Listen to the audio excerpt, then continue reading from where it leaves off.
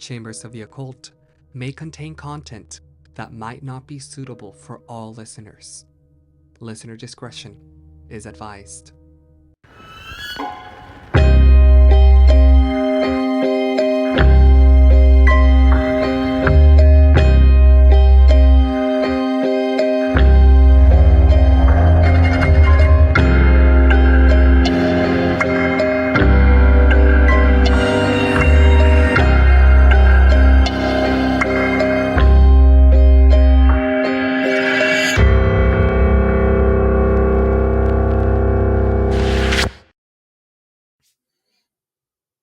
Hello. I think I froze again. It's just gonna be my thing now.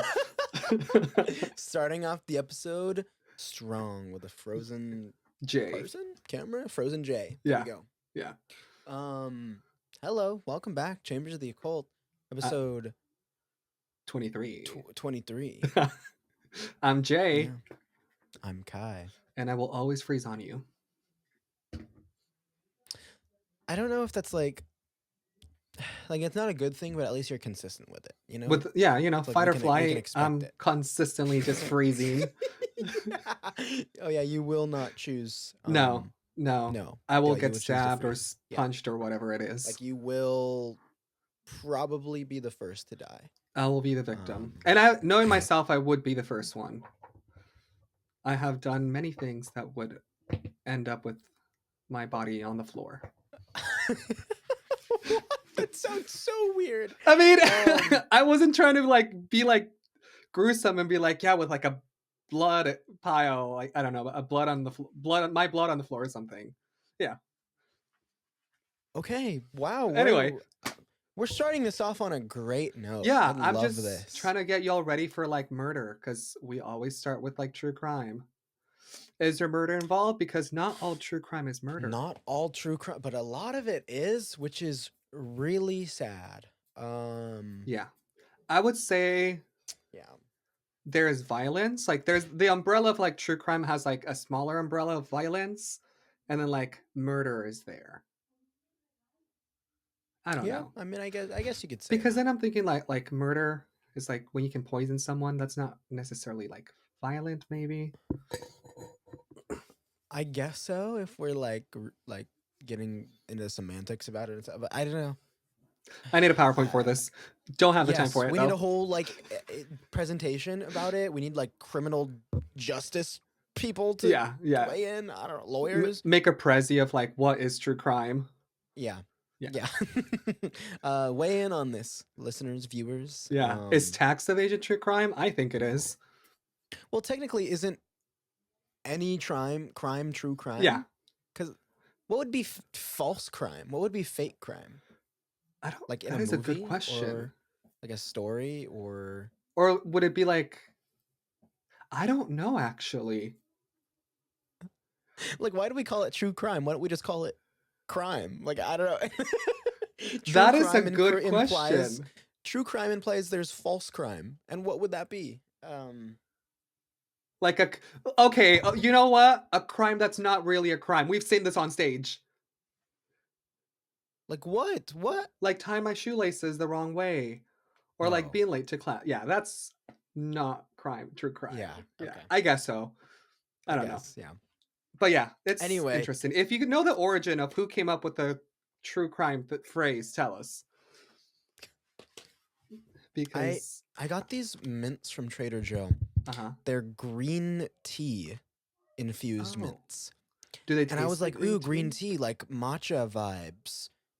Yes, but it's really weird. Okay. Because you're hit with a pretty realistic, earthy, matcha, and then it turns into a mint, a peppermint, and so those it's two flavors that just don't really mix. It's like that candy from Willy Wonka that changed flavors, but this one doesn't change flavors in a good way. No, not at all. Okay. And I'm really sad. I really wanted to like this. There is a chai tea version, a chai tea infused mint. Yeah. And that one it's not amazing, but I can get behind it. Okay. I've definitely munched on those a bit. So if you had to pick one of those two, if you only had those two options, it'd be chai tea. Yeah, 100%. Fair. Cool. If you've tried these, let me know. Next time you're at Trader Joe's, maybe pick up one of these, and let us know how it is, because they're kind of bad. So, Also, real quick, is my just because right now we've been like playing around with the internet. I hope I'm fine. I haven't you frozen on look your good. side. Yeah. Okay, No, you're cool. good, except for right at the start, but that's like normal. Yeah, I mean it's been 2 times in a row. I wouldn't call it normal. Okay, no, I'm connected to the correct Wi-Fi. I think we're good. We're looking good. You're looking good. I'm looking good. You feeling good? Feeling good. We'll see how you feel after this case. Yeah, not for long though, probably. Fair. Because back to true crime. Yeah. What do you got for us, Jay? Oh, I thought you were gonna like go like off on a tangent. I'm like, No. I have a story that takes place in California. Woo! I do too. Woo! Yeah, we're staying local, y'all. This is the story of Dorothy Jane Scott. Okay. To be more precise, the missing case of Dorothy Jane Scott. All right. I was gonna say I like the sound of that, but I don't like the sound of that. Yeah. Because it's not a good thing. Of course, yeah. But this will be a good story. Yeah, so for this story, we're heading south of California to the South area, to the South Bay. We're heading to Stanton, California. Where the hell is Stanton? I'm That gonna is look literally that up. right next to like Anaheim. Oh, so it is like southern, like Yeah, like Los LA Angeles area. It's just Okay. called Stanton right there. It's My Anaheim and then case was like there. Stanton. No, I had to look it up as well. I was like, Stanton. I was like, Okay. yeah. If you live in Stanton's, give us a shout out. Anyway, Dorothy, this is where we're going to meet Dorothy Jane Scott. She was born on April 23rd, 1948. For those interested, she's a Taurus. And her parents were Vera and Jacob Scott. I also really like the name Vera. It's very unusual. Not common. No, I like it. Yeah. And I like she fun was names. described by her loved ones as kind-hearted, compassionate person. She was also religious and quite a bit, and she was a beauty who mostly just kept to herself. Now, Okay. her first 30 years were pretty normal, uneventful. We're gonna skip to the year 1980. At this point, Dorothy is 32 years old. She is a Okay. single mother and she works as a secretary. She actually has, it's interesting. She has 2 jobs, but she works for the same company. So it's Okay. two jointly owned stores in Anaheim, California. So it's right next to where she lives. And the stores are called the Swingers Psych Club and Custom John. Okay. And like they're owned by the same person company. That's why she's like she has 2 different jobs, but like it's the same But company. it's the same. Okay. That's Yeah. weird, but it makes sense. So one of them sold psychedelic items like love Fuck yeah. beads because love beads were like very popular during the 1960s and 70s. The So it was hell's a like part love of the. beat? It's I'm not. no, it's I don't pretty know what much it what is. the hippies wore, like all those love beads. Oh, the love beads. Yeah, I Okay. don't know what I you thought it was heard. a type of like drug because you said like psychedelic shit, and I was like, oh, like Yeah, yeah. meds. But okay. No, so we'll Like, get to that. got it. Yeah, no, like Okay. they're the brightly colored beads. Don't put them in your mouth. They're not edible. They shouldn't be edible. Okay. They sold like lava lamps and like other things. And the other store that she worked at was a head shop. What? Thank you. I had to look that up as well. So a head shop is like a store that like a retail store that specializes in like paraphernalia related to cannabis. That's where we get the yeah. Oh, that's where we get into the Yeah. drugs. A That's where we head get into shop, the drugs. huh? Yeah. Um and the stores often sell items like smoking pipes, rolling papers, incense, posters, tie-dye and clothing because once again this was like the 1980s. My brother came into my room one time last year, Mm-hmm. and he was just like, "Hey, I have this bong. Do you want it?" And I was like, "I have no fucking use for a bong." Yeah. But okay. And now you just have it as And now decoration. I just have a bong. It's somewhere in my They're big. room somewhere. Well, it's actually like not that big, Okay, so it's one of the smaller ones. yeah, and it's in a minion backpack, like a Despicable Me minion backpack. It's so Like you put funny. it in a Despicable Me backpack, No, or like? that's what he had it in Oh, from when he okay, gave okay, it to me. got it. It's really funny. I don't know. No, nice. The Anyway, I've first never used experience, it. I never plan on using it. Go uh-huh. ahead. No, Sorry. like the first Tangent. experience I had like with the bong or like seen one like up close rather than like stores or like TV was in college. There's a friend that I I haven't been in contact with her, but one day like we were like in the student lounge and she just comes by with her backpack and she opens it and there's just a big bong in it and she's like, "You want to come get high?" And I was like, some other day when I'm more stressed." Yeah. um but yeah, she just carried it in her backpack and I'm like, that might break. But anyway, um yeah, so she worked at those kind of stores. Were you sniffing a candle? Yes, I was. Okay, cool. Well, my room smells like gingerbread because I have a candle Yay! in. I smelled that candle. It was so good. I was Yeah. like, it's so cute, like little packaging. Oh, it is. It is. Now, every morning, the way that Dorothy had her routine was that she would take her four-year-old son. His name was Sean Scott. She actually Okay. nicknamed him Shanti. Um, Cute. so she would take her 4-year-old son to her parents' home in Anaheim, and they would take care of him while like Dorothy was at work. Now, after work, she would just pick up Shanti and bring him home. Pretty typical for a single mother. Nothing really crazy. Mm. As for Shanti's dad, his name was Dennis Terry. And Dorothy and Dennis had like a Dennis. cordial but distant relationship because actually Dennis lived in Missouri. Okay. So he rarely saw Shanti. And there's very few details about their relationship because Dorothy was just very private about that relationship. Um, Fun fact, because it was the 80s, she was actually part of like she was touring with an all girls band. And during that whole, That's cool. yeah. And that's when she met like Dennis. And at some point, she ended up pregnant. She ended up moving back to California. And she didn't really talk about the situation. Now, I have a question for you, Shoot. Kai. How often do you get phone calls? Not often. Okay. I feel like Now, half the time they're like those spam phone calls that you thank get. you. Okay, because it Yeah. was going to be a follow up question of Yeah. like, how many of them are from unknown numbers? Majority of them. Yeah, same. Yeah. Um, well, Dorothy started to get her life turned upside down when she started to get weird phone calls. Um, Okay. this was before caller ID, so everyone just picked up the phone because they didn't know if it was family, work. Everyone just picked up the phone. And on the other Yeah. line on the other line, there was a man.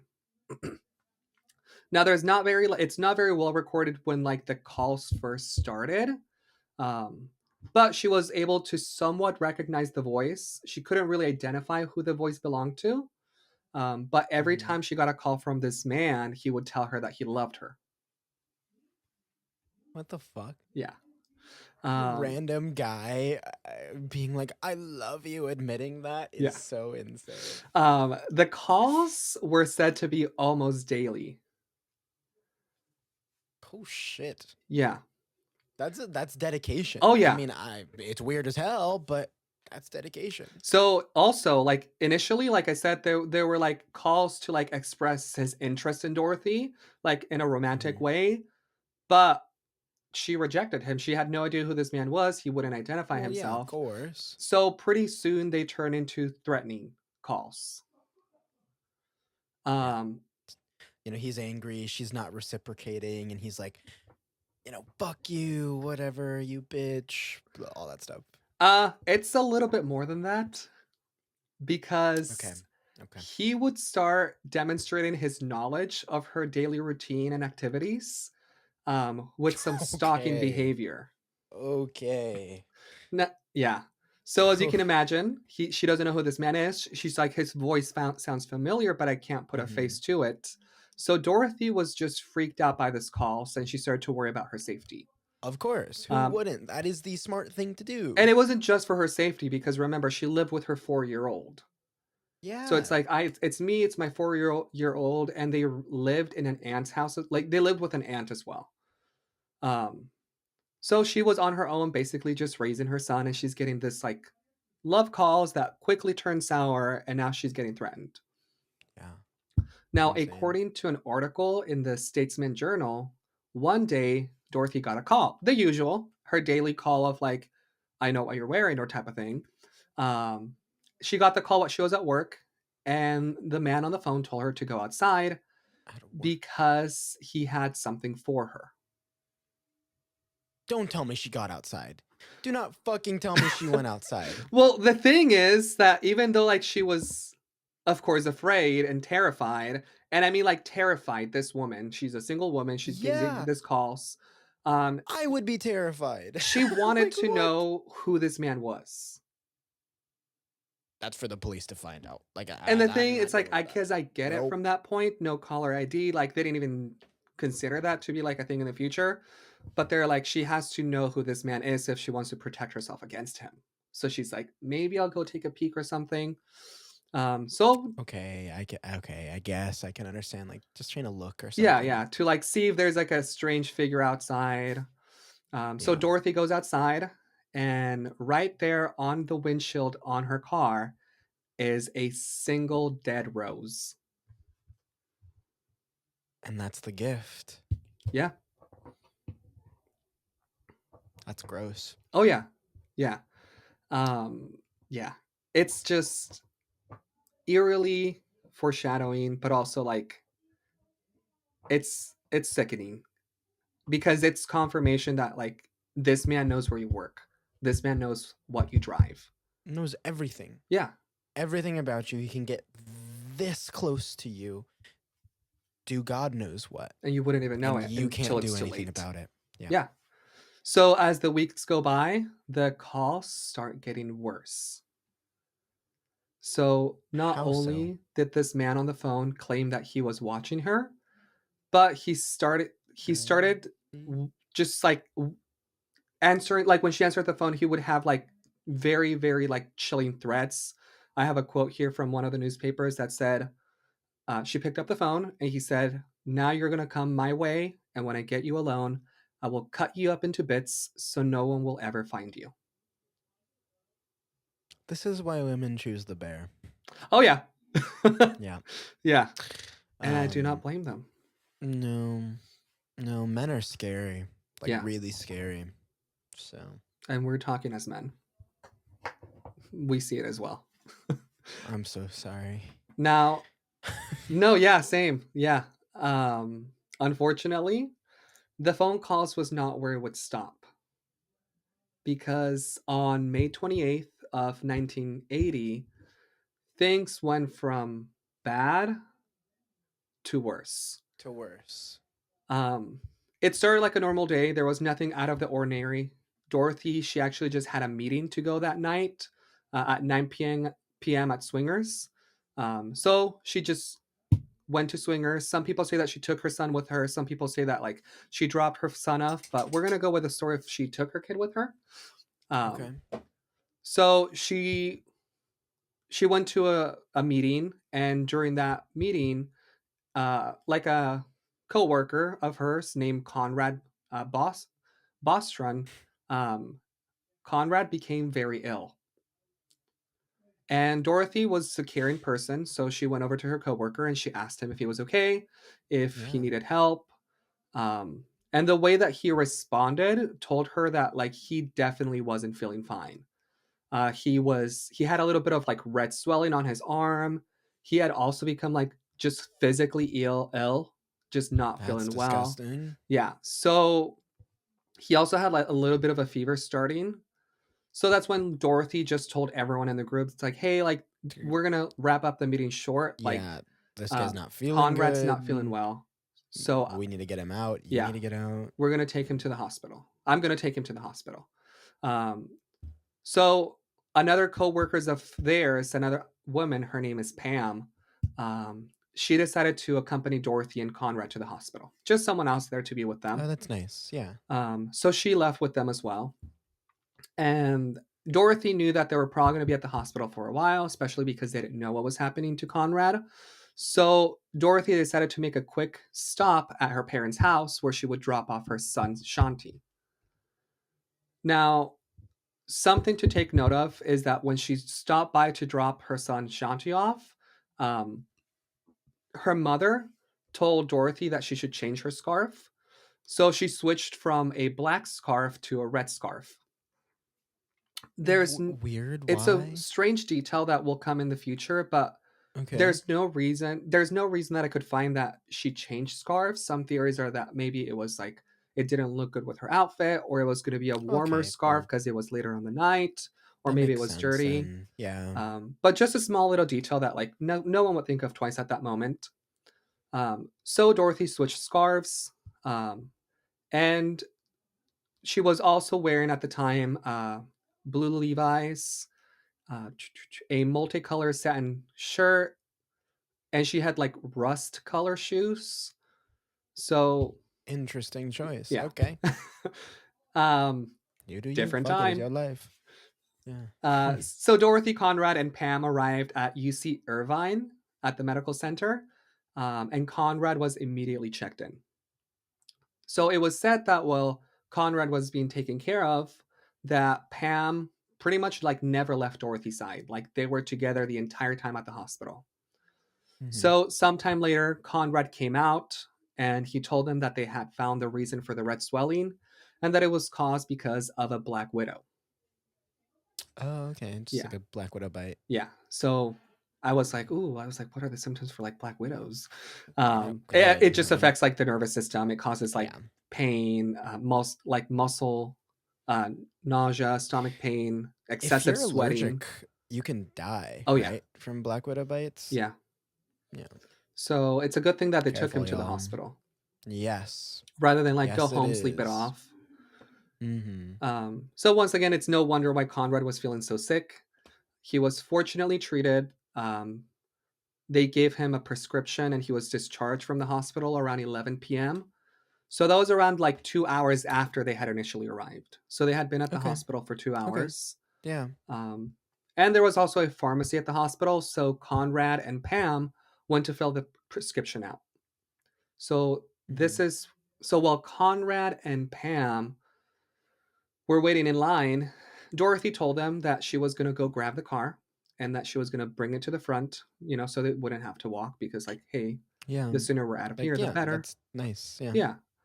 Yeah. So Dorothy made a quick pit stop at the women's restroom and then she went outside to retrieve her car. And she never returned again. Well, the thing is, Sorry, did I spoil it? I don't no, you know. were No, keep right. going. I Keep going. actually Keep going. had it written as like, and that was like the last they would see of like Dorothy. Because what ended up happening was that after Conrad and Pam were done filling their prescriptions, they um they ended up like stepping outside waiting for Dorothy. But she wasn't out there waiting for them. Like there was no car, nothing. A few minutes passed by and they're confused as where she could be because it had been about 20 minutes at that point. Yeah. So she drove a 1937 Toyota station wagon, and on the distance they saw the car approaching and they're like, oh, okay, there's Dorothy. That's her. She's on her way. Yeah. However, this car was coming a little too fast with no indication that it was going to slow down. They couldn't see who was inside.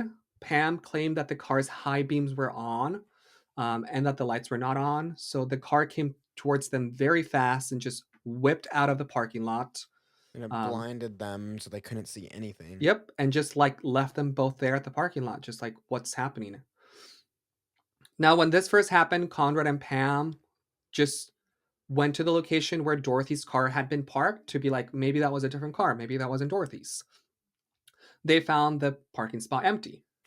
And they also found an empty pack of cigarettes left behind.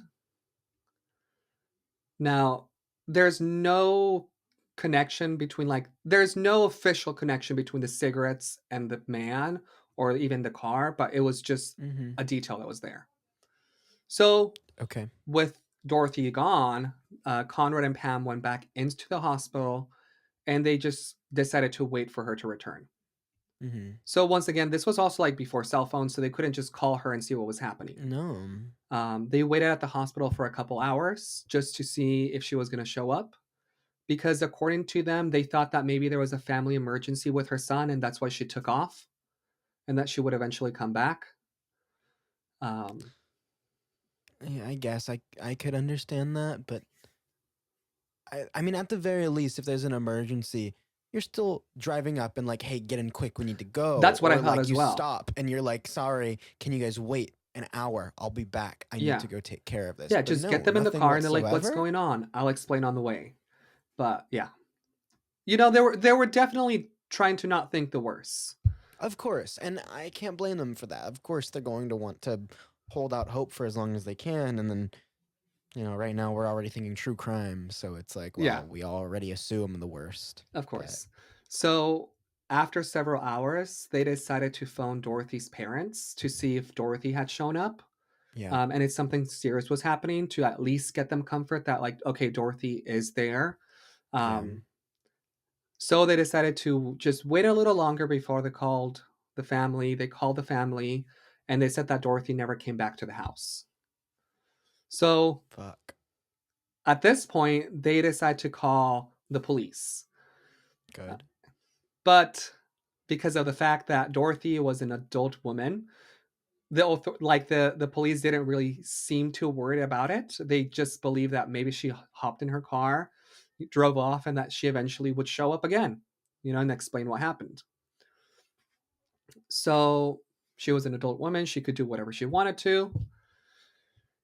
It I would be understand why that's in place because it's like sometimes people just do go off things. and do something, but Yeah. it's like anyway. No, it makes Keep sense. going. It's usually like when you want to file like a missing persons report, they're like, for how long have they been missing?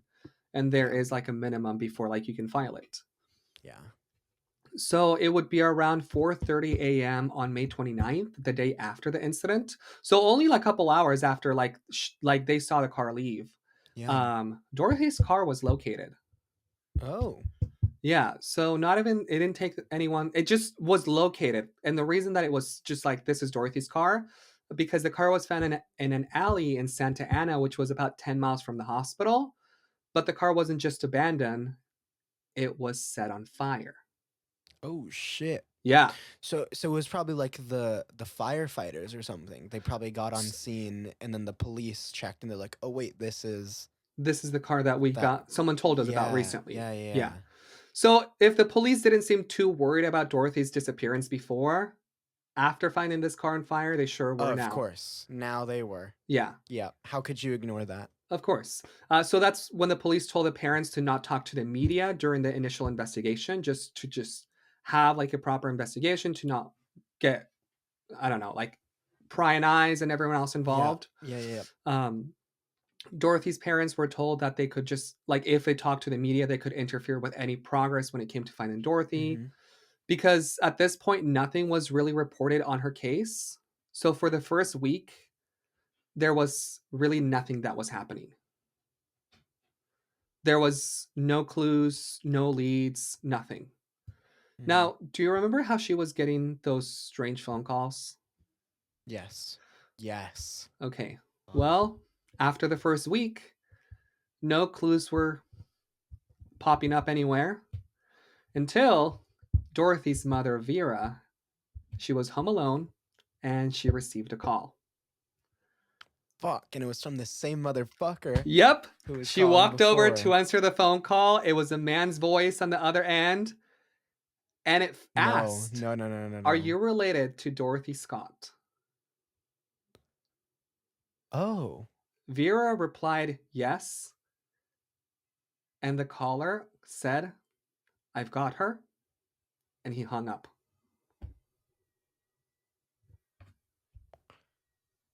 Fuck. Yeah. Fuck. Yeah. Okay. So I don't I don't know. know Yeah. if I would be glad as a parent that now there's a lead, or I would be more concerned. And to know that like she's alive, but now it's like, oh, somebody has her. It's this strange man. Her car was set on fire. What the fuck is Yeah. going on? So Dorothy had talked to her mother, Vera, about the strange phone calls she was getting, So immediately after this man hung up, she remembered the calls that she mentioned.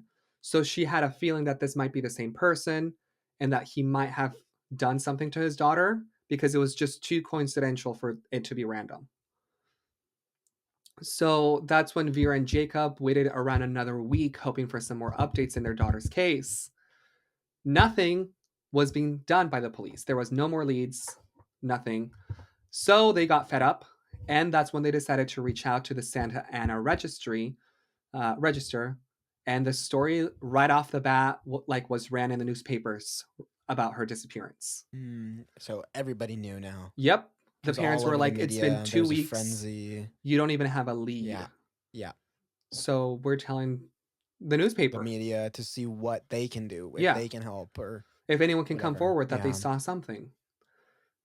I don't know. Okay, so the same day that the article was ran, someone else got a call. Any idea who got that call? Conrad? I don't know. No, good From guess. the hospital? Like I really wasn't building up to like you to be able to guess. I guess so. I didn't set it up right, but Just like um, any guess. Okay. the story editor for the Santa Ana Registry, Oh. the guy that wrote the article, the guy that wrote the newspaper about Dorothy Jane Scott missing, he received a call the same day that the article was published. Okay. That makes So sense. Pat Riley answered the phone, and it was a male voice.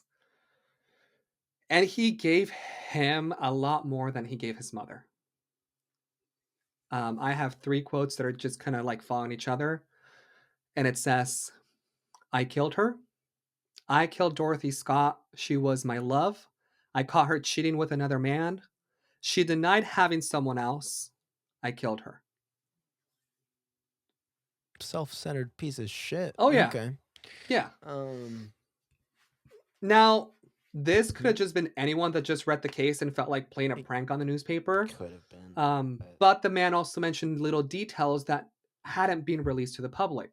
Oh, okay. Details that only a few people knew, like Dorothy wearing a red scarf, the spider bite from the coworker. Mm-hmm. So it brings up the question of how this isn't a random person that just played a prank on us, because it had to be someone that He's been watching her. He's been stalking. He's been close to her. exactly. Which means it could have been someone that maybe saw her at the company party with that black scarf and then saw her at the hospital with a red scarf. At some point, he also had knowledge of that spider bite. Um, Hmm. yes. So there's a few theories happening here because they're like, is this a coworker? Is this a family? Is It, a member? is Is this this a friend? somebody who was at the hospital with them Yeah. or something like that? Yeah. Now, something that was brought up as well.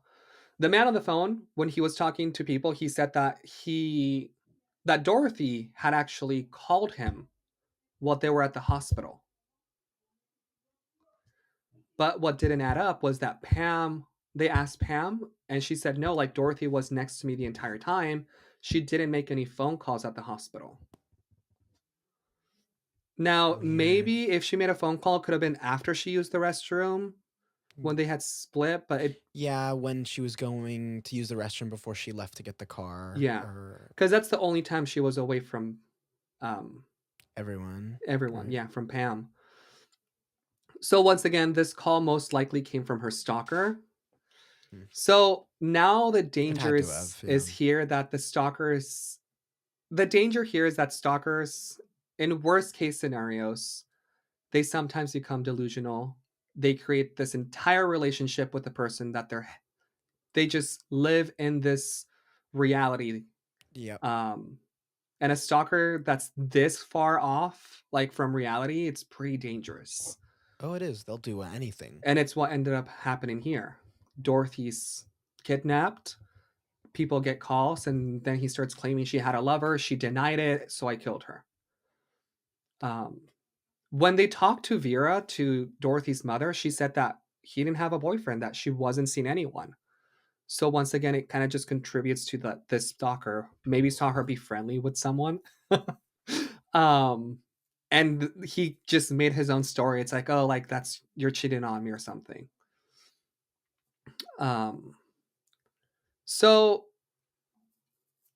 yeah, they believe this man was the same caller that had just been stalking Dorothy for months. He was most likely the abductor. He was the Mhm. one that kidnapped her that night, and that he Uh-huh. saw her with that red scarf. So that's why he could Yeah. give that detail to the newspaper. Um, and at some point, he somehow knew about the spider bite. Either he was definitely part of the friend group that was aware that it was a spider bite, or he just interrogated Dorothy when he kidnapped her. See, I could believe that, but honestly, I think the more viable thing is that once again, we know he was stalking her, Yeah. right? So like he probably was just watching closely somehow. He like it's so scary to think that this man could have been in the waiting room at the hospital, like 2, 3 seats away Yeah, from like Dorothy. sitting there watching her walk out. Here, it's like, oh, it was a spider bite. Like it's because this man is not identified. At this point, they don't know who this man is. No, they Now, don't. from then on, the phone calls did not stop coming through. They kept going. They Okay. kept going. Um, from then on, every single Wednesday, the phone at the parents' house would go off. Every Wednesday? Every Wednesday. And it seems that they were like not only stalking Dorothy, but her family as well. Her family. Because the person that was making the calls knew that Vera, Dorothy's mom, Mom. and Jacob's like daily routine. So he made sure to always call earlier on the day while Jacob, the father, like the father, was at work. So Vera would have to be at home alone to answer the phone. Disgusting. Yeah, so this man is definitely just showing like I know your like day-to-day routine. Like I don't know. Like I know you. I know It's what's like a going on. You threat, can't but hide from me. exactly. Yeah. One time, one Wednesday, he did call a little bit later, so Jacob was home and he answered the phone. And after Jacob answered the phone, like the calls stopped for a little bit because Vera was Wow. always the Okay. one to take the calls. Yeah. Um, Jacob one day picked up the phone. The man wasn't expecting Jacob to pick it up, and they just stopped for a while. Bro got scared. Yeah. Yeah, I don't know if like he stopped calling because he's like, "Oh, like they switched their schedule, like I have to like watch them to see their new schedule." Um for how long do you think that this calls they were receiving this calls? For how long? Yeah. Like they were getting the calls before they stopped? Yeah. Well, I mean even like well, when Jacob answered, they stopped for a while and then they continued. Oh, they can. Okay. Yeah. A year? Two Okay. years? Maybe? I don't know. They were getting daily phone calls for 4 years. Holy shit. So yeah. And there were. Was there still the police investigation going on? Were Yes. the police ever roped into these calls to try Oh, to track yes. They them? have a Or. ton of, like, recorded audio from what this man sounds like, but they don't know who it is. But Okay. for 4 years, this man called this family, just taunting them, teasing them like, "I took your daughter." Um, every single time that the phone rang, Vera answered the phone, just hoping that the man would give them some information that, like, would Mhm. help them to find, like, where her daughter was, whether she was alive or anything like that. But he But he always never said did. he always said for the 4 years, he said very similar things, just, like, reworded them differently or yeah. So he said, "I've got her. I killed her." And he would often just mock the family by saying, "Is Dorothy there?" Um, Who is this fucker? What the hell? Who yeah. is this guy? Who does he think he is? Now, at this point, the police could have tracked the calls back. Like, they could have traced them. But the man knew that, so the calls were only a few seconds long. Got it. He He couldn't didn't really stay be on the phone traced. long Yeah. enough. He probably knew that the cops were like at some point at the house and they're like, "Oh, Oh, of like course. so the Waiting for calls these were always calls. just a few seconds. Like it didn't give them enough time to like trace the call." Now, her parents ended up offering a $2,500 reward for just any information that would lead to the discovery of of their daughter, whether it would be alive or dead. They just wanted some information. They're like, it's been 4 years. Um, so it wouldn't be until August 6th, 1984, 4 years after her disappearance. The parents are still getting the calls at this time. Yeah. 4 years after she disappeared, a construction worker located human bones. Oh shit. Yeah. He located human and dog bones. Yeah. And they're side by side in some brush off the Santa Ana Canyon Road in Anaheim. Mm-hmm. So skeletal remains had been located, which brought a lot of like fear, but also hope to the family. Um, they Like also maybe we'll be able to found, catch this guy yeah, because whatever after reason. 4 years, like now we And some have something. closure, right? Yeah. They also found a turquoise ring and a watch and a ring. Well, the turquoise ring. So it would be this ring and the watch that they used to help identify the remains of the body, being Dorothy, Oh. because Vera, her mother, immediately recognized the items. So it was Dorothy. Yeah. So they have also found that the watch had stopped, like maybe been broken or something, at 12:30 a.m., which was about an hour after Conrad and Pam last saw Dorothy.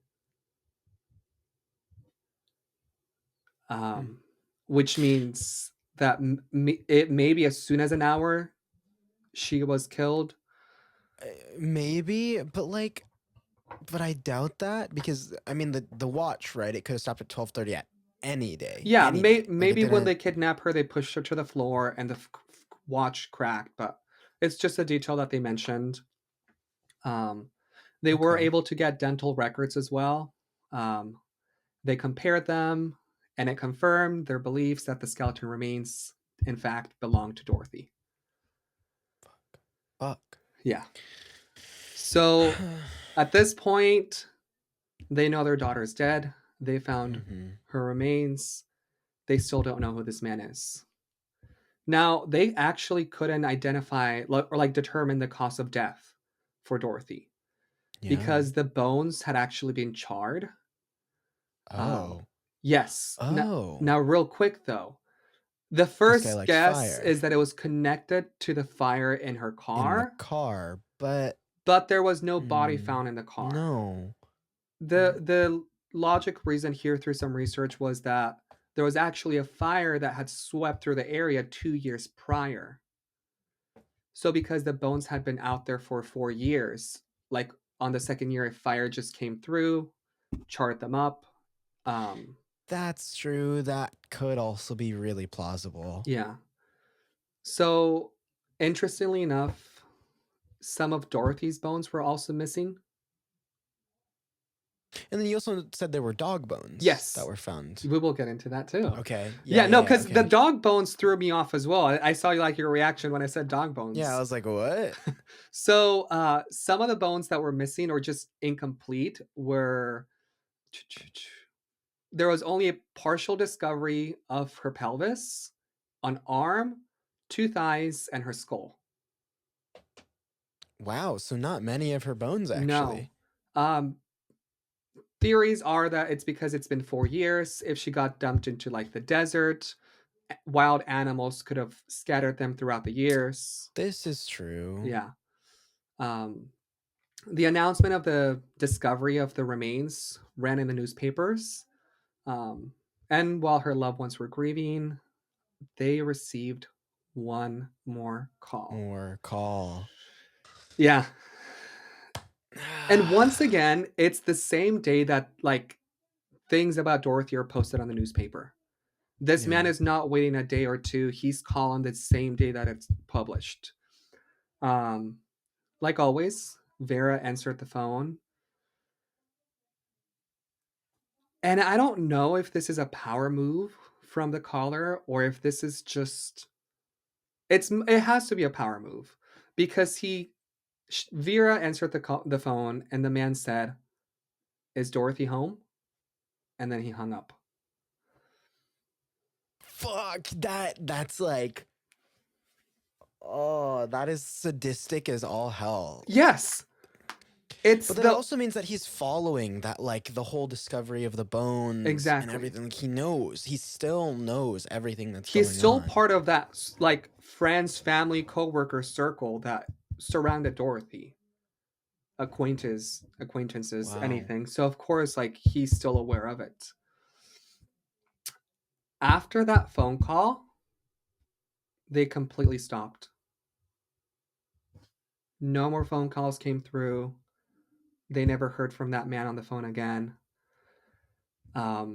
As for the dog bones, they couldn't really figure out why there were dog bones next to her. There's multiple theories. Some said that it was like some satanic ritual that's weird. that needed like a human and like a canine. Other people said that it was like a cover-up for Dorothy, that if the man knew that he was going to dispose of the body, that he was also going to carry a dog's corpse. And if someone saw him and they're like, hey, what are you doing? It's like, oh, like I'm just burying my dead dog. Look.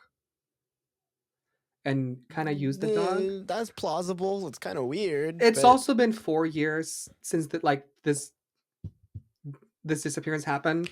No, this is true. This is very true. Once again, their theory is there's never anything concrete about where the rest of the bones are for Dorothy or why there's dog bones in the mix. That's true. Another theory was that maybe if someone just walked by and saw bones, they wouldn't think too much of it because they're like, oh, like they're dog bones. Yeah. But there was like a human skull there. But yeah. So after the calls completely stopped, a memorial service was held for Dorothy on August 22nd. That's nice. And at this service, her brother, I have a quote from him that just said, to me, she exemplified the word give. She just gives and gives and gives no matter what. It cost her. She spent her last hours giving and being concerned about others. That's so sweet. Yeah. To be remembered that way, I think is... nice. I'm not going to tear up. I know. But yeah, I mean, of course, it's a memorial. They're going to say sweet things about her, but that is a really nice way to like remember someone. Yeah. And I can't imagine how, her co-workers felt knowing that they were the last people to have seen her. That's insane to me. Now, you were just with her at this hospital to help out your friend, and next thing you know, she's gone. And then 4 years later, her bones are found, and there's just all the thoughts of like, was I that last person to see her? Yeah. What happened? So many like questions more than answers. Yeah, really. People started wondering why, because Dorothy was being stalked. People were wondering if Dorothy knew that she was being stalked, that they knew all this intimate details of her routine, her coworkers, everything. Why did she walk out of the hospital into the parking lot alone? Like, holy if she had, like if this was genuine fear that she had for her life, why did she walk out on her own? She would not have, because there were 4 other people with her? 3 other people? Yeah, there were 3 in total.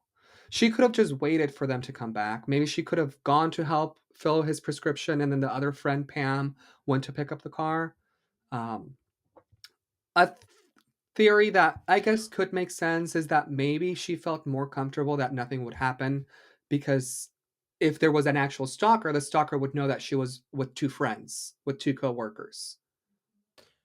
Something that also came to mind just now for me is like, what if while she was like separated from her friends inside the hospital, the bathroom, whatever, what if she like saw a guy stalking her, like actually in the hospital? Oh. Or someone coming after her, and so she ran to her car. Yeah, that would make sense as well. She ran to her car to try to like get away from this guy, and then he forced his way caught in. up or something.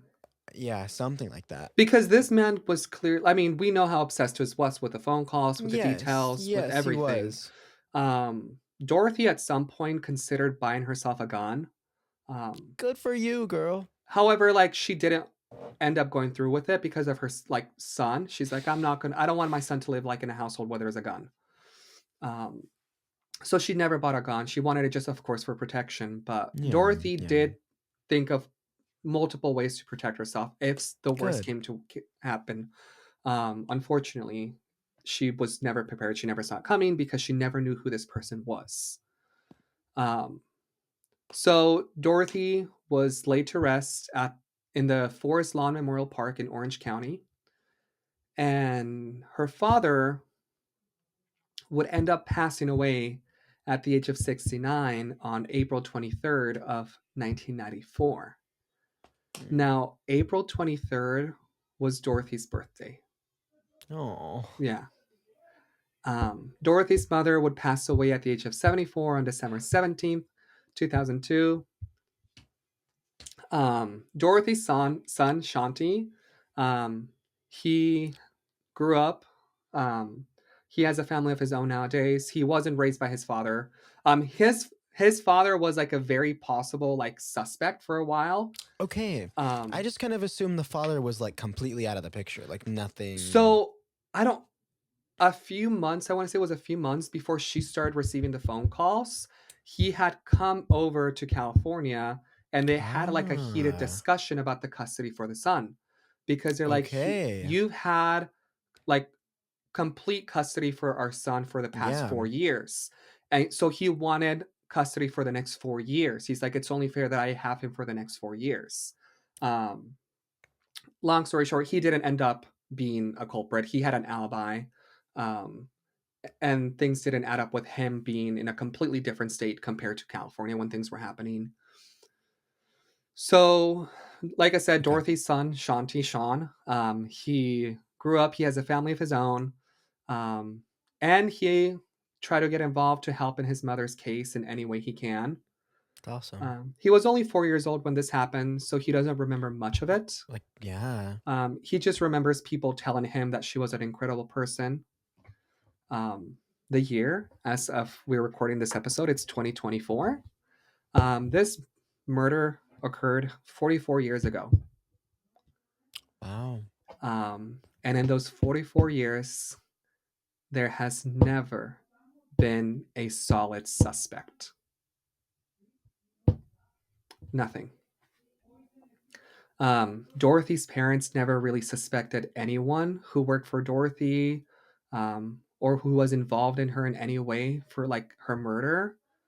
But honestly, like you never know. Like after everything I read, like it was definitely someone that was involved in some capacity in like Dorothy's life. Yeah. And Um, some like being close somehow. yeah. Before Dorothy's father passed away, he had an interview. Um, and in this interview, he said that he feared that they were dealing with a person who was very sick. And I couldn't agree more. Back in the early 1980s, stalking was not taken as seriously as it is today. No.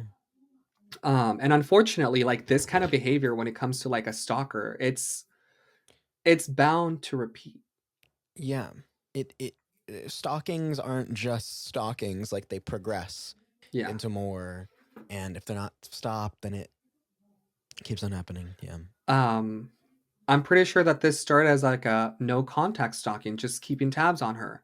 At some point, this man decided to call her and then leave her a dead rose and then threaten her and then take her. Um, so it's still like a very serious issue, stalking. Still happens a lot today. Fortunately, there's a lot more resources. So There are. I'll end up putting some of those resources on our website to like anyone that needs help. There's Spark, which is the Stalking Prevention Awareness and Resource Center. There's also RAIN, which is Rape, Abuse, and Incest National Network. There's also OVW, which is Office on Violence Against Women. Not all of them necessarily like provide services for stalking and aid, but they can redirect people to the proper organization to help them. So I'll Yeah. put them on the website. That's Um, awesome. and unfortunately, that is the story, that the missing case of Dorothy Jane Scott. That's I know there's a lot of questions. no, it's just not even necessarily questions. It's just like disbelief of knowing this things like this can happen, of knowing how hard it is to solve them. Like, this guy was never found. No. They don't even have a lead. There's never evidence, no leads whatsoever. They've had a couple persons of interests, but they never became suspects. This guy could still be alive. Yeah. Yeah, he could. That is crazy. And unfortunately, like, we have nothing to go on, nothing to give people. No description. No. Nothing. Not at all. Yeah. Wow. I did say it would get dark. Well, it did. Well, listeners, let us know your theories. Let us know what you think. Yeah. If you're why do you think the dog bones were there? Like, what do you think that was for? And the charred bones. That's like the biggest, like one of like the biggest like dead ends that I can't answer at all. Like, no one knows why. Crazy. Did someone did he just find dog bones and just put her there next to the dog bones? Or like, was the body there first and then the dog bones came? Or was it at the same time? Yeah. Weird. And I really don't want to think about being stalked or anything like that. And listeners, you should not be thinking about that as well, because that'll only make it worse for yourself. Like, yeah, it's good to recognize that, like, the world is scary and you need to protect yourself, but be aware of your surroundings, I was gonna say. Be aware. Know how to protect yourself in case you need it. Please. Actually. There was a brief mention for Dorothy that she took self-defense classes. Hell yeah, Dorothy. So, yeah, do whatever you do to feel safe. Pepper spray, mace, taser, combination, all of them. No, seriously. If kick him in the balls. Like, it sounds way too simple to. It will work. Honestly, the way that I see it, it's like, after that kick, just keep going. Just like keep kicking. Give him one. Don't give him another. Yeah. Fuck it. Give him a third. Then get out of there. Yeah. Don't give him time to recover. Yeah. I think for like every kick, give yourself like a minute of like time to run away. So if you need 5 minutes, give him 5 kicks. I don't know. To like get somewhere safe. I played lacrosse in high school, right? I was a goalie. I was a goalkeeper. Mm-hmm. So lacrosse balls. I think I have one on my desk. For some weird reason. I do not have a lacrosse ball on my desk anymore, I guess. Probably a good thing. Anyway, it's a solid rubber ball. And that thing gets thrown 60 plus miles an hour. Oh, yeah. Right? So coming right at me, I wore a cup, like a regular cup to protect my shit. One time I took a hit right there. It took me out for thankfully it was in a practice. Yeah. So it wasn't during a game, but it took me out. I collapsed onto the floor and I did not want to be alive in that moment. Uh-huh. And I was like, I never want to play a sport ever again. I want to quit. I don't want to be here. I don't want to be alive. I don't want to be a person. It hurt. And I even had protection, right? Yeah. So it took me I know you would pick the bear over a man in the forest, but at the same time, don't forget that we have a clear weakness. A very clear weakness. I mean, I guess bears have balls too. Yeah, what if it's a female bear? Unless it's a girl. And okay, female bears are more likely to attack you than a male. So yeah. Fuck it. Whatever. Yeah, but I'm just saying, I was protect yourself. After that, it took me 2 weeks to mentally recover, to be ready to get back into it. Get back in the goal. Sorry. You're good. And I bought a hockey goalie cup. So if you ever seen a hockey goalie, yes. you know those guys are padded as all hell. And so I bought a cup, a protector for a hockey. So that shit was gigantic. Whenever everyone saw me put it on, they were like, "What the fuck?" Or like, and like I was wearing shorts, and you could just see the. I did not care. I needed that. No, That's of course. what I wore. Yeah. Because like no one's gonna do anything until like it happens to them. It happened to you, and you're like, okay, this is not enough. Like I need to upgrade to whatever the next thing is. Yeah, I was like, nope. Anyway, where were we? Kick him in the balls. Yeah.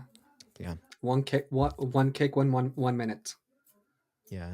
I don't know where that rule came from. I just made it up on the spot.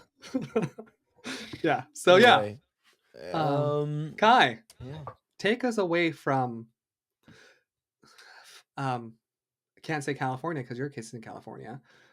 Take us away from kidnapping. Hopefully, that's not in your case. It's not. Okay. I was like, oh shit. Like, sip of water. Hydrate, folks. Take this 20 seconds to breathe. Sit up straight. Hydrate.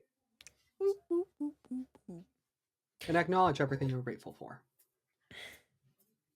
Not having I'm grateful for myself. I'm grateful for hockey goalie cups. Fair. All right. Where are we off 11547 Braddock Drive, Culver City, California.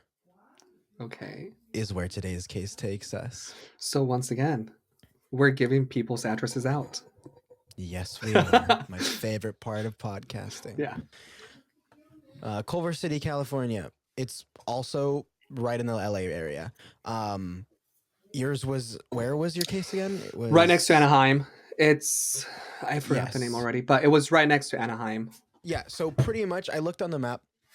If Jay's Town, if like Los Angeles is right in the center, Jay's Town is like over here, and my town is like over here. Or something like that. Okay. Really close. Culver City. It's also, yeah. So 11547 Braddock Drive is an unassuming, cheery yellow house in the Los Angeles County suburbs. Okay. You know what? Let me actually send you a picture in the chat of this house right now. I am curious about this house because it's just a cute little house. Where's the picture? Why do I not have the picture? And so, you know, inside of this cozy little house. Now, is it like a bright yellow house or is it the faded yellow house that we have on the third floor? No, it's like a bright yellow. Okay. So recently painted. In this chat. You can send it here, send it through text, send it through carrier pigeon. It'll get here eventually. Through carrier pigeon? Yeah. Let's see. I would love to learn how to train a carrier pigeon, like how to like get them to go where they have to. And then just like have the carrier pigeon like know like my friends like addresses and just like send random things to your guys' places. That'd be so cool. Yeah. I feel like we've talked about it on the podcast before. We have on an Old News Nonsense. About how pigeons are like so sad, like what we did to them. Yeah. Anyway, okay, yeah, I just sent you the image. Let me know when it gets over. I'll let you know when I hear like a bird fly against the window. You know, like morbid. And I'm like, oh, it's here. I heard your pigeon's here. Okay, so it's just like a cozy yellow house, and we'll post all the pictures. Yeah, your typical house, yellow house. Yeah, I still feel like it's a very common design for nowadays. Okay. But inside of this cozy yellow house would lie the living nightmare that resident Doris Bither would have to endure. Bither. Bither. B-I-D? Bither. Bither. T-H-E-R. Bither. Okay, I was Bither. Like, okay. I said my T is weird. No, it's fine. It's fine. I just You were never talking heard about that your last name. case. You were like Southern California, Los Angeles County, and you were like and you said a thee. I thought you were gonna say Doris, and I was like, what? I was like, no. I was like, no. Fair. Yeah. Doris. So first, we'll talk about Doris herself. So she moved to California as a little girl with her family. There's really not much about early life and such, but from what I've been able to gather, she was about 10 years old. So it's a little girl we're talking about. Well, she was 10 when she moved to California. Got it. Okay. Yeah. That's so weird. Sorry. I'm just thinking of like... I think sometime in the 50s around Okay, there. yeah, that's what I was going to say. I was like, okay. I find it a little weird that like you're going to have a little like child and you're like, oh, like let's name her Doris. Or like let's name her Agnes. Well, it was like the 40s. 50s. Yeah, but like nowadays I find it a little bit odd. No. Yeah. That's like a name for your grandma. Like that's not a child's name. No, I mean at some point it was, but like... But like who names their kid Robert? Like Robert feels like such a grown man's name or something. Like I knew what? a Robert in high school, but he went by Robert. But see, I'm fine with names like that. An 8-year-old named Robert. Like what? I'm fine with that because you can make it short and you can call them Rob. Rob's good. Or Bob. Yeah. Bob's but like how do you make... Anyway, we're getting sidetracked. Weird tangent. Tell me about Doris Bither. So like I said, there's not really much about her early life, but from what I've gathered, she really wasn't dealt the greatest hand. Her parents weren't great. I'm not sure if they were a bit abusive, but just lots of turmoil, lots of trauma from her childhood. She wasn't dealt the greatest hand. And especially that carries over because as an adult, her life was really falling apart. And like in more ways than just one. Yeah. Okay. So, this is about, like I mentioned, the 50s when she moves or so, but then we'll jump to the 1970s when this case does take place. Okay. So Doris is in her 30s. She's the mother of 4 children born from 4 different fathers. No, Doris. Yeah. I mean, I'm glad you had fun, but... I don't know if you could call it fun. Well, no, like having the children, but like just in general. Like... Oh, no, I don't know. Well, because, okay, I don't think they weren't from like a one night. They were from abusive relationships. Oh, never mind. Okay, yeah, I see why you corrected me. She wasn't faring well. She was an alcoholic plagued by the trauma of not only her childhood, but also the repeat abuse that she would endure from continuing to jump around from one abusive relationship to another. Things were not good. She was not stable. This house was not a stable environment. It was already filled with so much trauma. There are ways they say that, an alcoholic or her partners were alcoholics? Or both? She was an alcoholic. I'm sure both. I'm sure it was both. But I think she was also trying to get help. She was trying to take medications to help with her trauma, her illnesses. But she wasn't just... She was trying something. Sort of. But there was just everything going wrong. Like I said... That house is filled with so much trauma, the Doris house. And so she did live in the house that she moved into in Culver City with her 4 children, her 3 boys and her 1 girl. Okay, how old were they? So they witnessed You'll get all to this it. You'll get to it, but... they were, I believe it was 15, 13, 11, and 10. Okay. And who was the youngest? Like, where did the girl fit in? The girl was the youngest. Okay. Yeah, so the 3 boys, they were the oldest. The girl was the youngest. So they were there. They saw all of this, and so their relationship with their mother wasn't great. They grew up with so much trauma as well. But the trauma got worse. Because on top of the people, on top of everything that was real, Doris also reported that there were entities in this house that they had moved into in the house on Braddock Drive. Was that like reported as soon as you moved in? Like, what did you see them during the open house? No, so no, so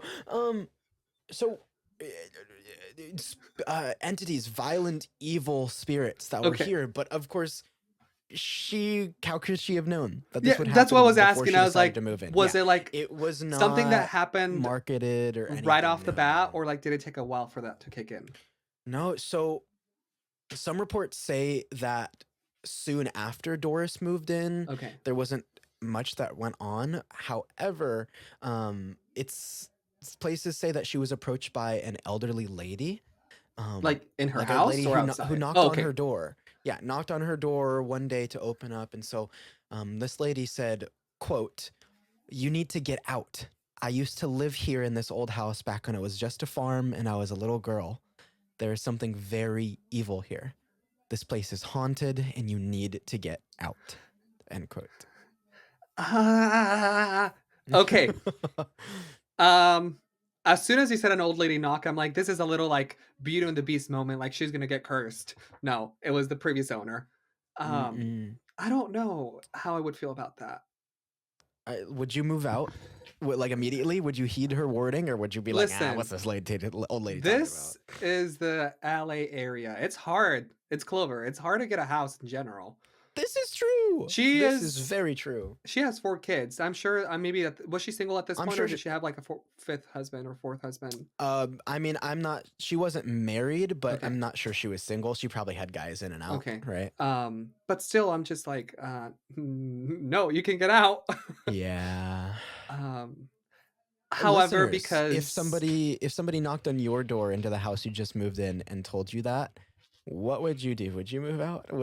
I'm skeptic, but I also want to believe. So I would probably just take some safety precautions, like get the house blessed or something. I was like, okay, cool. Like someone threw water around, did a little prayer. I'm good to go, maybe. Or maybe I just pissed everything off. Well, there was this warning from this elderly lady. Yeah. And it seems that her warning would be true. Of course, because then this wouldn't be a story. It wouldn't be, no. At first, it was normal poltergeist activity. Nothing, well, it was alarming for sure, but nothing too, like, harmful yet, I guess, in a way. What do you mean by normal poltergeist activity? So, like objects levitating, shelves opening, strange smells and sounds, things like that. Like, just wanted you to tell the things. listeners. Yeah, of course. So like normal, like you, I don't know, a cup falling out of the shelf or things like that. Fair. Not invisible, ghost cat just tipping a cup over. Yeah, it's so cute. If you guys have not listened to "And That's Why We Drink" podcast, no, just kidding. Listen, it's a great one. Give them a listen. But of course, it got worse. Eventually, Doris would claim that she would be physically attacked by the spirits in her home. It spanned from just bumps and pushes of her, bumping into a spirit or thrown off balance. But eventually it worked its way to being physically attacked. Even Doris? worse. Yes, Doris. She would get grabbed and she would get thrown across the rooms. She even reported that she would actually be sexually assaulted. She would be raped by the ghost. And it wasn't just one. She said there were 3 spirits that were tormenting her. Oh God, how I wish it was the alcohol. So I don't know what's worse though. Like,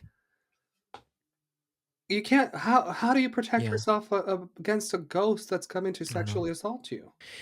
3 of them. Yeah, 3. So what she said is that she woke up in the middle of the night to feel herself being held down pinned onto her bed. Mm-mm. So it was 2 spirits, 2 of them pinning her down from both sides, and the third was the one that was on top of her, assaulting her. Mm-hmm.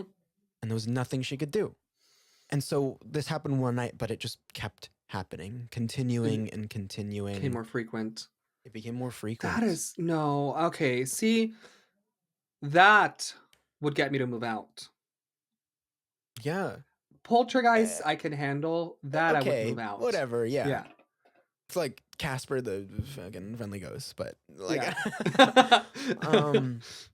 But yeah, these attacks became constant. Something not only Doris, but also her children would have to endure. Not that they were being sexually assaulted. Yeah, but they were being attacked somehow. But they were being attacked as well. They were being pushed and abused. Sometimes the children in some reports said that they even said that they would see apparitions in the house. Ones around their mom, Doris. They reported. Yeah, go ahead. They had even seen her be thrown across the room. Yeah. As a child, I think that just leaves a mark. Especially when you don't see a person do it. You just see your mom get tossed against the room by something. Exactly. Did they ever say, like Doris or like the kids, what the apparitions looked like? Like, I will get into that. Okay, no, fair. In just a little bit. Sounds good. No, don't let me pry too much. No, you're good. So you mentioned they were like, how could they just sit there and watch their mom? They saw this. Well, one time the oldest son, he actually tried to intervene. So he saw his mom get grabbed by the arm and be pulled. So he actually himself tried to stop whatever was going on. Yeah. But what happened is he got grabbed by the spirit, thrown across the room, and his arm broke. He got his arm broken. No. In the case, and that's one of the reports that one of the children gave. How do you even tell your insurance that? I don't think they're thinking of insurance. No, right I know. But I'm just thinking, if his arm was genuinely broken, you have to take your child to the hospital. This is true. How do you explain? It's my kid got tossed. I'm not entirely sure if that actually happened, right? Okay. That's just one of the reports. Yeah, of course. I'm just curious that how the situation was handled. But yeah, this was happening. Doris, her children, and Dord, they had to push through this, survive. But who could they turn to? The police? No. What? Who did they turn to? Doris tried to talk to her friends. Okay. But nobody would believe them, right? So, in my head, if this is a movie, in my head, I would want one of two things to happen. Either she goes out and she searches for the old lady that knocked on her door, or the old lady knocks on the door and she's like, "I told you." That'd be kind of fun. Yeah, they're like, "Lady, we're sorry. Please help us." Yeah, I'm assuming that didn't happen. No, not at all. Okay. So nobody would believe them if they tried to turn to help because spirits, ghosts, what? Who's causing you this harm? And not even necessarily the paranormal investigators that Doris eventually brought in would really believe them. Wait, either. She brought investigators. She did. Okay. It actually, by all of the accounts that I've seen and researched, it seems that these investigators' involvement was purely by chance. She didn't intend for it to happen whatsoever. So by what I've read, one day it said that Doris went to a bookstore that was near the University of California, Los Angeles campus, the UCLA campus. And while she was there, she overheard some sort of lecture or just 2 men talking. Or how 2 different accounts are said. But this lecture or this conversation was about paranormal activity and the men's research into it. So she kind of immediately overheard. Intrigued. Yeah. Yep. She overheard something.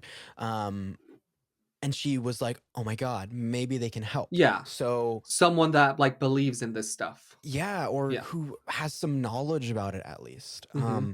She approached the men to get their help, not knowing that the two of them were men named Barry Taff and Carrie Gaynor.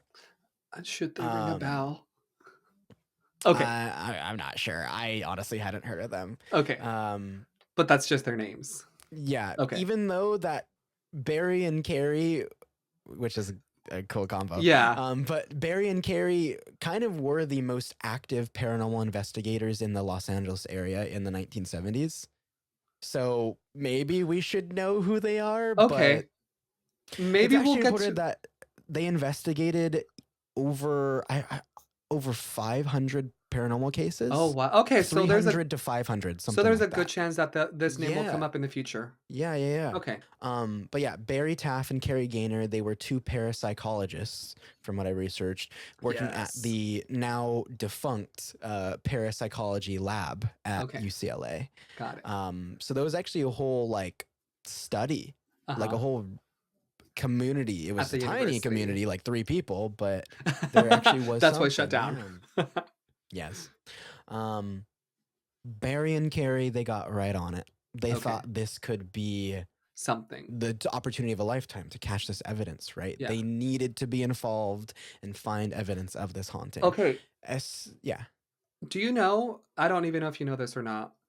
You said like they did like 500 cases? Yeah, something like that. Do you know if like those were done before Doris or after, or like including Doris? I'm not entirely sure. I think floating around. However, this by far is their most known case. Okay, got it. Yeah. Okay. So maybe we might not come across their name again. Maybe, yeah, I'm not sure. But yeah, they needed to find evidence, especially because of how skeptical they were. Yeah. They really didn't believe Doris, especially the reports of her being sexually assaulted by the entities, because what? That's never really been heard of before. How are spirits raping you? Yeah. You know? But she showed them the bruises. She showed them the physical marks left on her body of these things that she was reporting. Getting tossed around, you would have a few. Exactly. So they had to, right?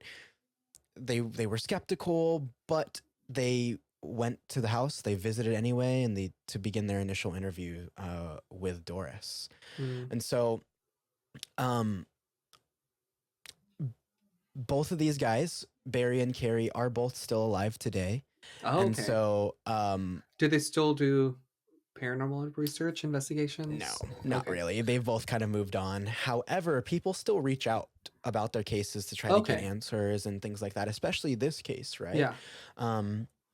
So from one article, actually, that was posted on Halloween this year, October 31st, 2024. Oh, this year. I was reading through. So really... Okay.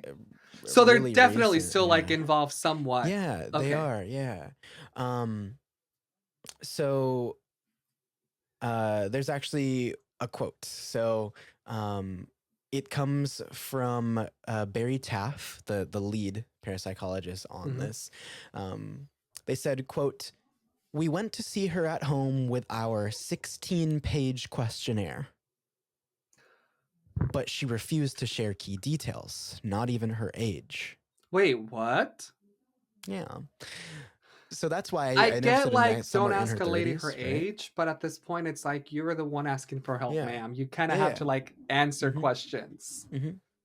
Taft continued to say, "It was clear Doris was deeply unhappy, and maybe we would not have returned after a second visit even, when, without warning, a frying pan flew out from a cupboard directly at us." So they did get to witness something. They did. Ah. So like I mentioned, they were completely uninterested, right? They were skeptical. They were not believing this woman. She was not compliant on this interview because she didn't want to share details, but of what they could gather, she was a very emotionally unstable lady who had lots of problems. Yeah. That could be maybe just convoluting things and psychologically. yeah, it wasn't something they felt they needed to spend their time Yeah, doing until a frying pan came flying, right? yeah. A flying cam. I guess it is technically A a flying cam. flying Yeah. pan came frying out. Yeah. Yeah.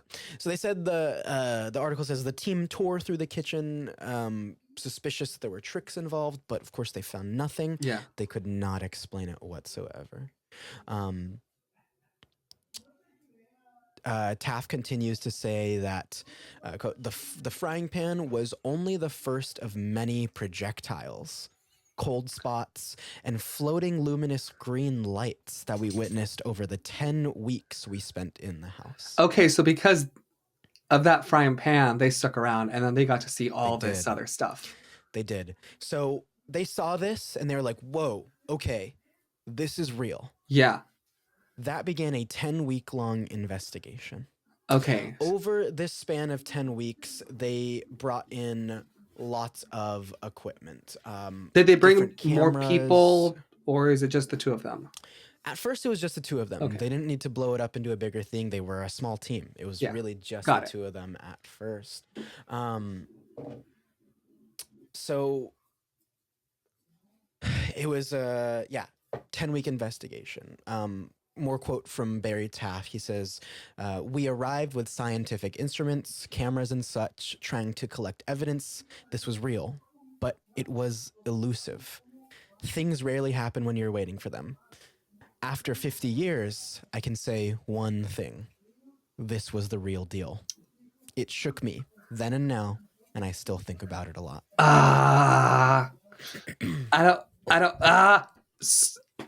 Mixed feelings, because this woman is suffering. This woman is getting assaulted by a ghost. But also I'm like, it's like, it would be so cool to be like, all this stuff is happening. It's so cool. But also like, this woman is actually suffering. Get that real evidence. Yeah. Right? I tell people, I tell guests a lot. I'm like, oh, I'm still waiting for something to happen to me because I have skeptic tendencies, but I want a good story to tell. And I want to be like, yeah, ghosts are real. I still want something more concrete. Like I'm on that. Oh yeah. So me too. I'm glad that this man got to put that out there for like listeners. I guess I would consider myself a believer. Like I grew up believing in the paranormal and the spiritual and all of that. But I've just gotten a bit more skeptical over the last couple of years. So, yeah. And I would just say, like, I'm a believer, but, like, I don't know. Like, I'm, like, skeptic, but I want to believe. There we go. But I think it's also, like, I'm a believer, but I'm skeptic. Yeah. So, I mean, I'm on that boat. So, yeah. They went into this. They took pictures. Over this 10 weeks, they really didn't get all that much. Once again, it was cold spots, lights, things like that. They would interview the kids, and the kids would describe a man that they would see. Okay. So nothing really too detailed, but a man standing in the corner of the house who would maybe approach them but then disappear. It seemed that like it was mostly revolving around Doris.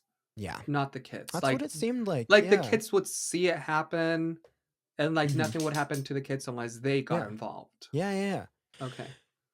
And so there were all these small little details, but there really wasn't anything, right? So they wanted to believe, they wanted to be there.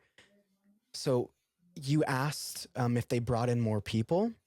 Eventually they did, because after what was pretty much the culmination of this investigation, they brought in, it was a whole team. It was about 30 people, 30 investigators. Okay, I was expecting 2-3 more people, but 30? 30. And they wanted to do something kind of extreme to provoke these spirits, to get them to show themselves. Not really. It was a lot more rough than a seance. Yeah.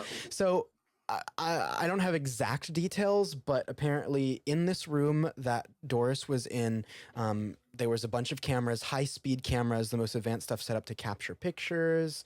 And so there are a couple of pretty famous photos that are, or at least consider this, that are associated circulating with that this are out case. there. Yes. So I mentioned it was a rough seance that they did. Okay. Well, this rough What seance is a rough kind of seance? was not a seance at all. Okay. So they set up shop in the room, photographers, everything. They had Doris sit in the bed in the middle of the room. No. And what they did is they had Doris literally just start yelling, cussing at the spirits, trying to call them by name, provoking them in any way to get activity going. Oh, I wouldn't be comfortable Anything. with that. Yeah. That's crazy. Like you're like antagonizing these evil spirits who have been assaulting you. I don't know. I don't know. But yeah, go ahead. But Keep going. apparently it worked because lights started manifesting around the room. Okay. Apparently a greenish mist formed in the corner of the room. Okay. Started swirling and growing. Apparently a man's torso became visible in the mist. Very large, muscular figure in a way, which would match the muscular figure that she described the feeling of pinning her down. Yeah. To assault her. Okay. So none of this was ever actually captured. Didn't it have? Didn't work. No, nothing actually happened. What are you, Kai? However, there's one picture. No, there has to be more than one. There's this one picture that I have it on my computer, so let me actually I'll send you it on Discord. Okay. I just 30 people and they got one picture. This seems like some Loch Ness monster type of shit. It is. And so it was actually kind of funny. The initial thing that pulled me into this case, like in the first place, that got me into investigate it was like, oh, the pictures we see of this case are like undeniable evidence of the paranormal. Yeah. And I go and I'm like, what pictures? Like where are these pictures? And it's like one film photo. There are a couple of other Polaroid photos that I'll get into in just a little bit, but it's like, I was like, what? What am I looking at? Exactly, yeah. Okay. So let me send you that image right now.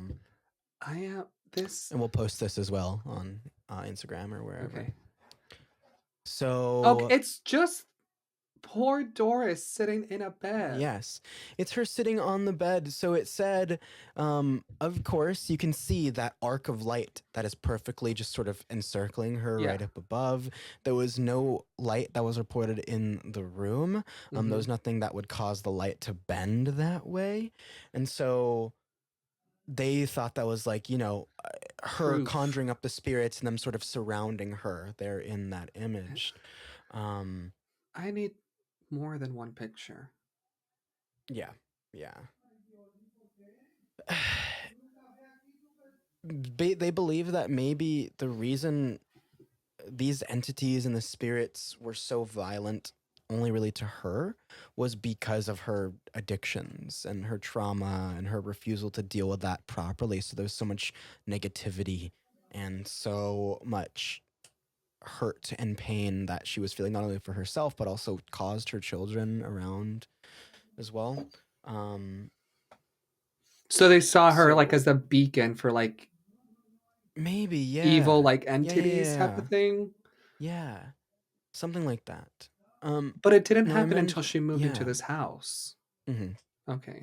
So I mentioned that there were a couple of Polaroid photos that they had taken as well. So these were taken earlier on in the investigation. At one point, apparently, when they were doing their investigation, Barry and Carrie, one of one of Doris's friends, she was a woman named Candy. She Okay. apparently was a psychic.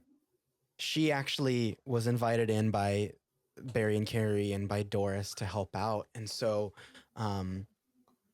they did a whole experiment where Candy would be in the house, and she could, of course, feel the spirits or see them, whatever her psychic capabilities were. Yeah. And she would point out, she'd be like, oh, the spirit's there. The spirit's there. And every time they would take photos of where she was pointing. Yeah. Now, in this case, one time she said, the spirit, it's right in front of my face. That was Yeah. the exact quote. It's right in front of my face. She said that twice, referring to a spirit that she detected. And so they snapped the photos on the Polaroid. And so I'll send you Ooh, what they this captured photo right now as well. Yeah. So these are the 3 Polaroid photos. The first 2 are the ones they captured when she said, oh, it's right in front of my face. The third one was sort of their control photo that was taken. Before they started. Actually, after. Oh, it was taken right after she said that the entity was gone. Okay. And so you can see that when the entity was there, there's this light, and it was blinding, almost washed out. But when in the control photo, when the entity's gone, there's nothing. Okay. I also see a Ouija board in her hand. Yes. So they definitely did use some tools in this investigation. Yeah. So based off of the evidence that they received, right? Barry and Carrie said, hey, it's probably best if you get out of here. You don't need to say. Move away.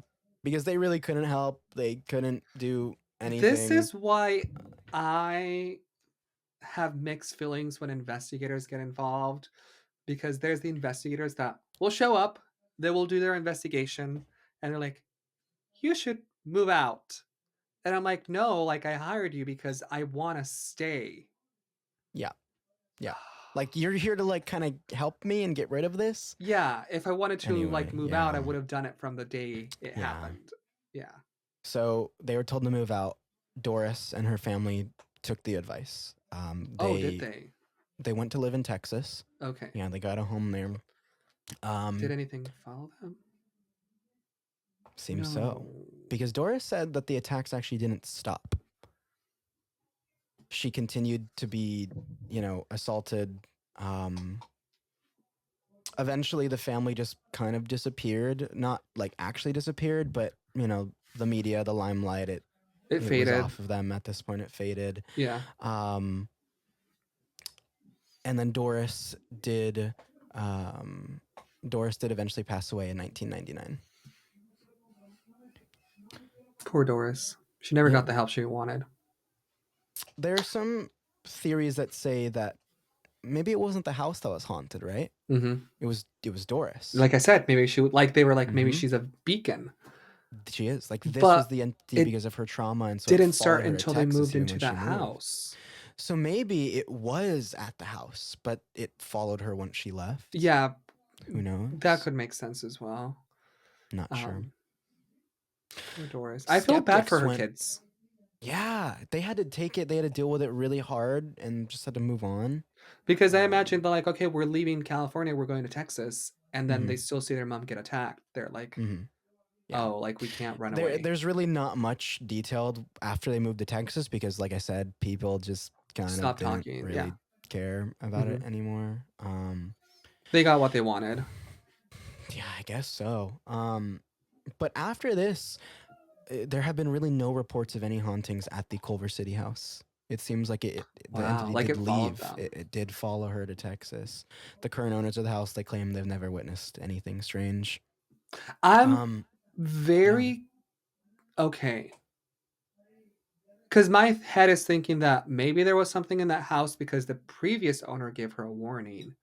Maybe. And it just left with her. And that's why the new people haven't released. That's probably what it is. That seems to make the most sense. Yeah. But also because of the skeptics have torn this case apart, right? They've been... Oh, I'm sure. I was already not believing, come on, 30 people in one picture. Mm-hmm.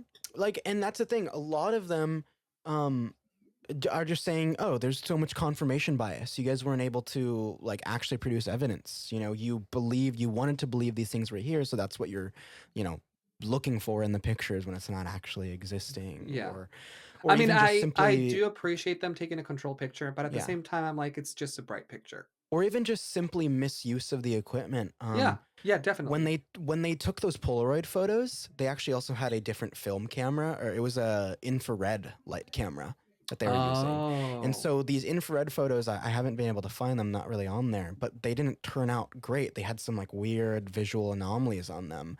But Barry and Carrie literally admitted that it was because they weren't even using the camera properly. So like there is actual evidence that these guys maybe weren't the most Rookies. prepared for this. Yeah. This is probably why we won't hear their names again, because probably all 500 cases are just like this. Yeah. And so I actually found another article. It's from a website called The Skeptical Inquirer. Okay. It's a closer look at the entity photographs. So it actually does kind of go into a bit of a dive, if you will, into the photographs. Yeah. So first, I guess it talks about the Polaroid photos that I sent. And so maybe when we're editing this, maybe we can put like the pictures up here on a video, yeah, like just for like up in the corner or something like that. I don't know. That could be. Yeah, well, we can do that. Cool. We can just like have it like, or even just flash them on the screen for a bit, or like something like that. my dumbass, it's like I'm trying to be like here, and then trying to put like my hand on your screen, and I'm like, wait, why is my hand not showing up? Oh man. Yeah, but I know. Yeah, we can pop them here and like there. Yeah. Okay. Cool. And then we'll also put them on Instagram and stuff if you're not watching. Yeah. Instagram website. Anyway, so they said that they actually ended up taking Barry and Terry. They took 13 total photographs on the Polaroid. They took 13 Polaroids. Okay. Only 6 out of those 13 were actually fully developed. Sorry, wait. What am I reading? No, you're good. You're good. Yeah. Okay. 6 of the 13 were way overexposed, so not even able to. Yeah, it's just anything. White. Yeah. 6 additional photos. They said they were taken as control images. Okay. But and they all came out normal, right? Yeah. Something like that. Those. Yeah. Okay. Yeah, but there are the 3 photos that I sent of the Polaroids. And the first thing they say is, quote, "There is an obvious problem when comparing these 3 images side by side. The 2 entity photos made use of the flash, while the control image only used the ambient light in the room." I kind of was thinking, I was like, it looks like there's like a flash, but. Yep. So there was, or at least that's the theory. Yeah. Okay. Yeah, because I'm like, it's just light. Yeah, they also dive into how you can clearly see the hard shadows on the photo that are only cast by a bright light, like a flash coming right in front. Oh, yeah. Yeah. And so because of this flash, because of how dark it was, and because Candy was like a white woman, easily just overexpose her, wash her out and everything. Fair. They even had like professional photographers review the flash way too strong, way overexposed. There was no flash on the control photo. So really these are, I mean, they could be, but they are very easily debunked, right? Yeah. Yeah. They actually did a test. They tried to recreate this. They got the same exact Polaroid camera model that they used, and they did this similar thing. They did a same thing. So what they did is they took a control photo, no flash, normal. Yeah. And then for the next one, they turned on the flash. They turned up the exposure a bit, and then you can see it recreated the exact same thing. He's in front of me type of thing. Yeah. Okay. Exactly. They tried. The author of this article actually did contact Carrie Gaynor, one of the or the people, and so Gaynor said, quote, "The pictures were shot within about 30 seconds of each other. No exposure adjustments were made. Also, remember her exact words were, "It's right in front of my face." Yeah. The face was obliterated, but the rest of her body was not. In addition, we could still see the curtains behind her at the same level as her head. Okay, I And need it's to like, take a look at these pictures again. okay, well, yeah, you could see the curtains, but that's because they're further in the background and they're darker. They're not going to get washed out like her face That's is going to true. be. I Like, do see that, but I also see, yeah. I don't know. But then, yeah, we'll go to the Also, at next this photo. point, how old are you? Can't you just say that you fucked up? Yeah, like yeah, I don't know. To the What's online? Your reputation? other photo that I talked about, the black and white one with that arc of light Yeah, around yeah. her. So when, what is it? So there was actually an interview of Barry Taff back along, I think it was like 2011 or so.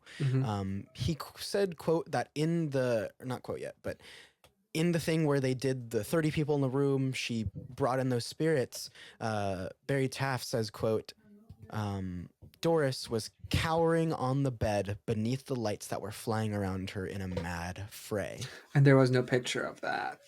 So he's saying that she was cowering, but in the picture we see, she's sitting down fine on the bed. Was that picture before the lights? I have no clue, right? Yeah. I need that timestamp. Yeah. Barry also said that during this thing, there were black poster boards up on the wall, like posters. And so they would cover them with like white duct tape to create grids. And there are other like number and magnetic orientation identifications on the wall. And so all these things up on the wall were installed prior to this seance that they did. However, in this photo, they're not there. There's nothing on the walls. Oh. Like I said, these men are no longer doing this for a living. I don't know if they ever made a living out of this. Yeah. Their ego. And then to take it further, this person was looking at the arcs of light in the photo. They likely are strands of hair that are caught in the flash. Oh. And so this kind of broke it. So they actually, once again, the author of this article recreated it. They put a strand of hair in front of the picture they took, and it causes the same type of streak of light. See, I am fine when like as well. We debunk things like this because I'm like, yeah. But I feel bad for this woman though because she like really put her trust on them, right? And like, but also it's like, I want to believe her. Yeah, same. I want to believe these experiences, and I honestly would believe it if it wasn't for Barry and Carrie very clearly like being kind of shady about this whole investigation process. That also makes me very like, I don't trust them. Yeah. But a lot of people actually kind of wish that Ed and Lorraine Warren got involved in this case. I thought you were going to bring them in. Because they feel like Ed and Lorraine could have helped out so much more. Right? Yeah, they probably wouldn't have told her to move. They probably would have like brought in like a priest or someone or something, and like they would have like removed whatever was like around her. But yeah. Anyway, that's where I end my story. No, I don't mean to debunk everything and ruin your expectations. Honestly, even with debunking this, I'm still not set on like, oh, this is not real. Yeah. I still kind of like there's some like reality to it that I kind of wish we could explore more. Same, especially like the kids' perspective. Yeah. I want to know more of like what they've seen, what they've heard, what they felt, smelled. I don't know, just like everything. Anyway, listeners, let us know what you think. We should be able to post these photos somewhere and you can review them yourself. Yeah. We usually just let us know what you think. Yeah, and how what you think of this. Yeah. But yeah, that is the story. That is the Doris Bither case, or the entity haunting. Doris Bither case. It's actually called the entity haunting because this inspired the movie The Entity. Have not seen it. I have not seen it either, so maybe it seems I like need to it's watch maybe that. like an older movie. Maybe Yeah. I'll be like, hey Omera, have you watched The Entity? Yeah. If it's in black and white, he probably has. Yeah. I like calling it the Doris Bither case. So yeah. Give her some credit because she put it with a lot. She was put through a lot. Yeah. Yeah. Anyway, even if like it wasn't, she put up with like this people and then 30 people in the room telling her to like scream. Yeah. Crazy. Yeah. She put up with the dead and the living. She did. Well, that's all we got for you, folks. 2 cases. Thanks for being here. Two stories. I don't know what I was going to say. No, yeah. Yeah. Anyway, thank you for listening. Thanks for being here. Have a great night or whenever you're listening to this. A morning, day. Good. Yeah. Good. Have a good blackout if you're drinking. Happy holidays. Yes. Merry Christmas if you celebrate Christmas. Happy Hanukkah. And I forgot what else. Kwanzaa? And all of the other holidays that happen around this time. And that's why I said happy holidays, because we love everybody here. Yeah. It's unless you're from Alabama. Well, I mean, that's like a generalization. You know, maybe there were some cool Alabama people. Oh, now you're taking back your previous statement. Maybe. Okay. I don't really See, we learn, we grow, and we can change our minds, folks.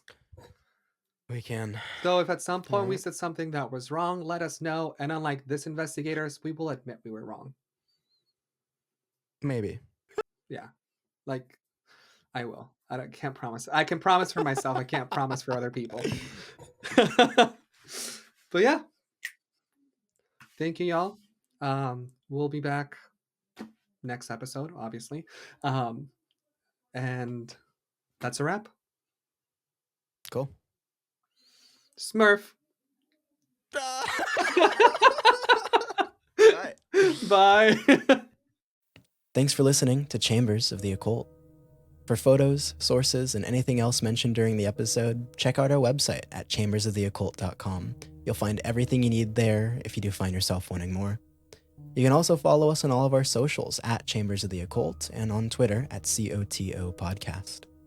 If you have any questions, comments, recommendations, personal anecdotes, or concerns, let us know. Fill out our contact form on our website, email us at chambersoftheoccult@gmail.com, or leave us a message on our socials. We would love to hear from you. And if you enjoyed what you heard, we would greatly appreciate it if you could drop a like, leave a comment, and subscribe. It is absolutely the best way to show your support, and it would mean the world. Until next time.